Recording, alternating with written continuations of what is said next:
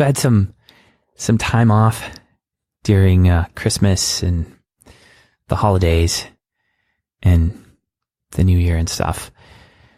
And my family went to California, spent some time in remote desert places and some dive bars. And my parents took kids for a few days, and my wife and I went and just drove down back roads around some of the areas where I grew up in rural Southern California, like the deserts and the back roads of that area, and had a lot of fun. And when I got back, I had a couple days in the office where it was just me working. I think some other people were working as well, but we didn't have any meetings scheduled. And I spent like a half a day. I even spent a whole day on one of those quote unquote days off, just playing with software, like going through my computer, creating shortcuts, optimizing my environment. And I really enjoyed it. It really reminded me of, when I was younger, before the internet was a thing, really in a big way, dialing into bulletin board services. I even created a bulletin board service with a friend, and downloading shareware, playing with different types of, utility apps for the computer. And I started just downloading apps from the Mac App Store, and some of them are really good. There's a program called Be Focused Pro, which I was messing with. There's an app for, like, I never thought I'd use this kind of thing, but I'm using it. There's an app for tracking your water consumption, and it syncs across all your devices. And I just had fun playing with software. And I realized that at the end of the day, like, I'm no longer a kid, but like, I think in my heart or whatever, spiritually, I'm just like a kid who likes playing with computers and software. I think that's why I got into product in the first place. And that's why I learned to develop, right? To write code in the first place. It's not because I'm, really in love with kind of the hardcore aspects of software engineering and infrastructure and architecture and all that, although I'm intellectually interested in that stuff. But at the end of the day, I really, really, really love product. Like, it delights me to no end. And I love the outdoors, and I love hiking and camping. But the part of me that's like indoors just loves just screwing around with software and seeing how different designers and developers solve different UX problems. I remember at my last company, which is still going strong, but I'm no longer there, Lead Pages, I remember hiring or interviewing people for product roles. And one of my favorite questions to ask them was, like, what are some of your favorite apps? Like, what's some software that you just really love playing with? These were career product people, right? In software.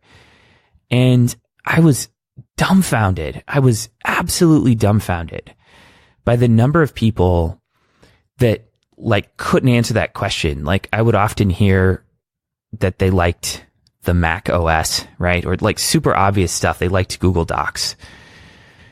And, it's just like whatever they used at work. There was nothing beyond that. Slack.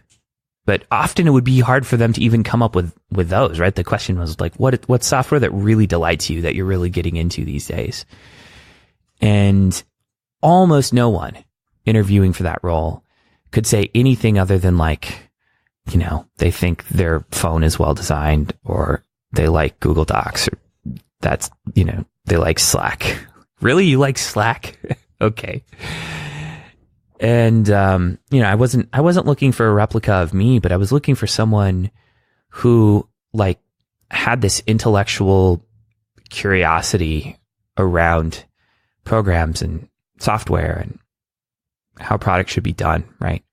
They'd make reference to Product Hunt. Sometimes they'd be like, oh, I really like browsing Product Hunt. I'd be like, oh, really? What's something that really sticks out on Product Hunt that you enjoyed playing with? Oh, man. And they'd be like, oh, I can't remember. I have a list somewhere. Okay. I'm rambling a bit here. But I think the point I'm getting at, in the spirit of this being a audio journal, I have no idea if this is of interest to you.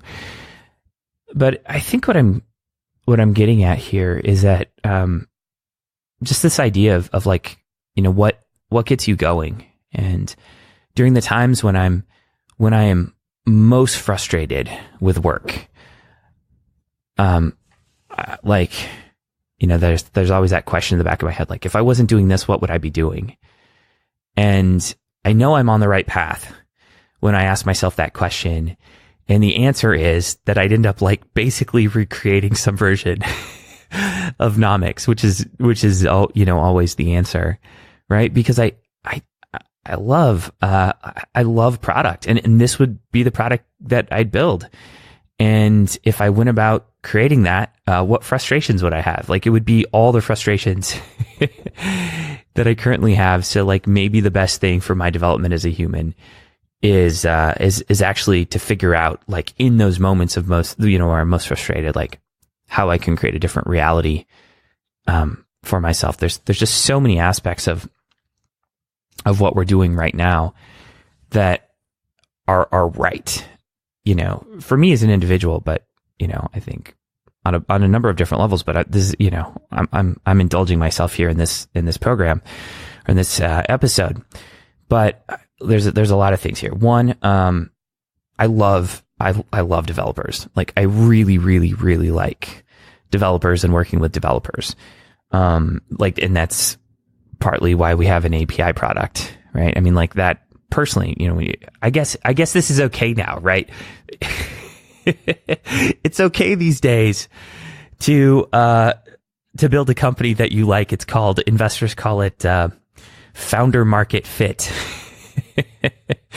So it's not just about me, like, self-indulgently scratching this itch, right? Like, people actually look for this now. But so I like working with developers, and that's why we have an API product. Like, I like supporting them. I like the questions they ask.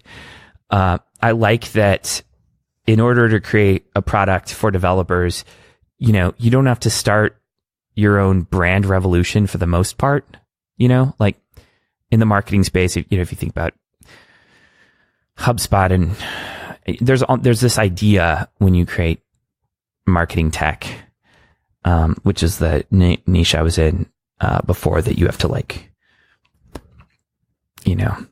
create a revolution, right? With your app, like, you have to create a new type of marketing or whatever. And I think for the most part, my experience is when you create when you create software for developers, that you actually need to solve a problem, and it's, the buying decision for the most part is this very pragmatic assessment about how well you solve that problem. Obviously, you need to have a brand that no one's going to get in trouble for going with, and credibility helps. And you probably won't even be discovered if you have a good brand. But, like, in terms of long-term retention of customers and buying decisions, a lot of it comes down to, like, hey, can I get an API key? All right, I'm going to try it out. Is the documentation good? It's about that kind of thing versus, like, am I spiritually aligned with this manifesto that this company has written? Which, like, we probably won't write a manifesto. I don't know. Maybe I'll eat my words later. So I like working with developers. I also really like the fact that because we're an API company, that we can create a whole bunch of open source things, right? So we're likely going to be open sourcing nomics.com at some point in the future. We need to get to a certain place first. We're going to have iOS and Android apps that we open source. We're going to have, Alexa skills and Google Home skills. Are they called apps? I don't know. They're all called something different. And we're going to open source those. can have an open source WordPress plugin. Like there's just a whole bunch of things that we're going to do. And I really like open source communities. And I like that as we do this, we're basically creating example code for our API.